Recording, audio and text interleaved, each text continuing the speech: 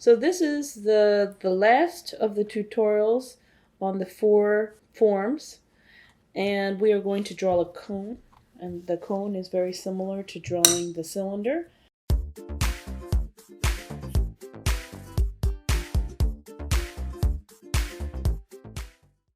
We are going to start with a 2H pencil and draw a horizon line fairly high up on the paper, about 2 inches down from the top edge of the paper. Then we're going to draw an oval about 4 inches for me, maybe 3 inches for you, because you'll probably be working in your sketchbook if you're one of my students. About 3 inches up from the bottom of the paper. Once again, kind of swing your arms, swing your pencil around like this, and move your elbow. Move your body at your elbow, and I am standing up, and that really seems to help me get some of this like oval action. Okay. Then I'm going to go back in and kind of tweak my oval, make it a little rounder in the middle. So just keep drawing the lines that you like, a little bit darker and a little bit darker, to make them stand out from some of the other sketch lines. And then we can start going in there and erasing out the lines that we're definitely not going to use. We want a kind of rounder, we want like a rounder oval. So the kind of the bottom and the top of the oval in the middle should come out and bend outward.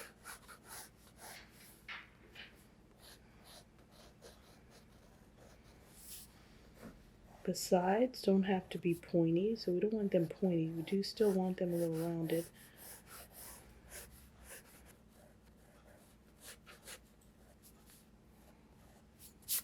Okay, we're going to draw a dotted line approximately down the center of this kind of rounded rice shape or oval shape. Or another word for oval is ellipse, E-L-L-I-P-S-E, that's ellipse. Now we're going to do something similar. Somewhere along this line that runs through the middle of our ellipse, we are going to draw the midpoint. But instead of drawing it right here in the middle, which would be approximately right here, we're going to push it back a little bit. Why do we do that? And we're going to make that midpoint, that little dot, look like an oval too. And that's because of perspective. And let me just explain that again. It's the same explanation as why the midpoint is a little bit further back on the cylinder as well. The distance here, from here to the front edge of the oval, is greater than the distance from the midpoint here to the back edge, because that half of this circle is basically a circle seen at an angle. A circle seen at any angle should look like some sort of an oval. This edge is closer to us, so this distance is going to also look wider to us. So that is a rule of perspective. And let me just demonstrate that to you. If you drew this circle inside of a square, it would look like this. And if you would cross the corners of the square, and a square seen from an angle is going to look like some sort of some form of a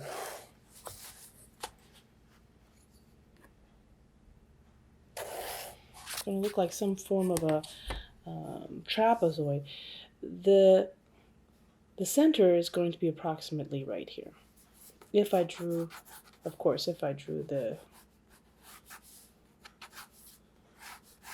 trapezoid more accurately, it would be right around where I put the midpoint. So this circle drawn inside of a square, as seen in perspective, if you draw a line from one diagonal corner to the other, like this, diagonally, it'll actually, where the two lines cross will point right to where the midpoint should be drawn.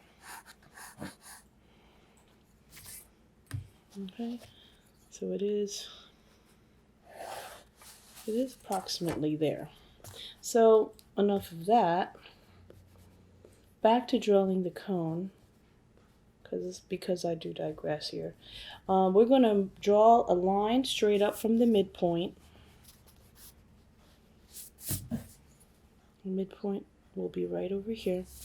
And we are going to draw it straight up, and it's got to be parallel to the vertical edge of the paper.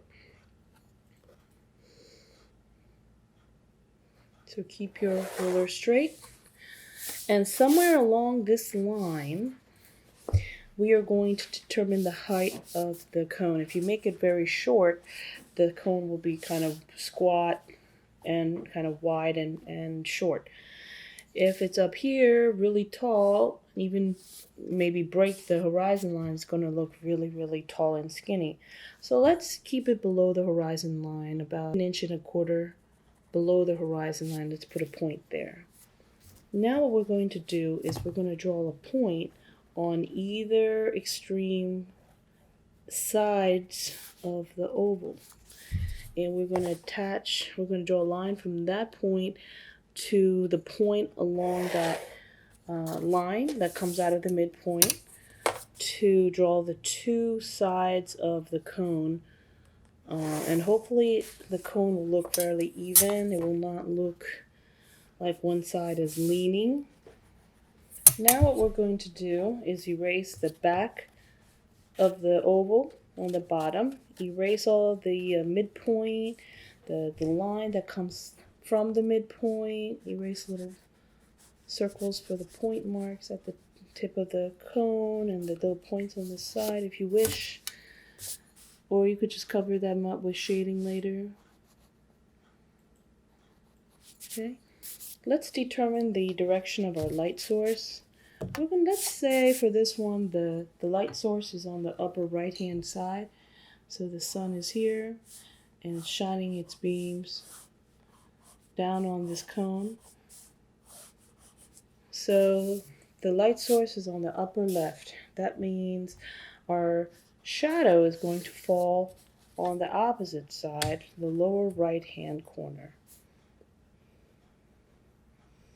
So you want to start drawing the shadow from where this starts curve, the highest point on this curve right here.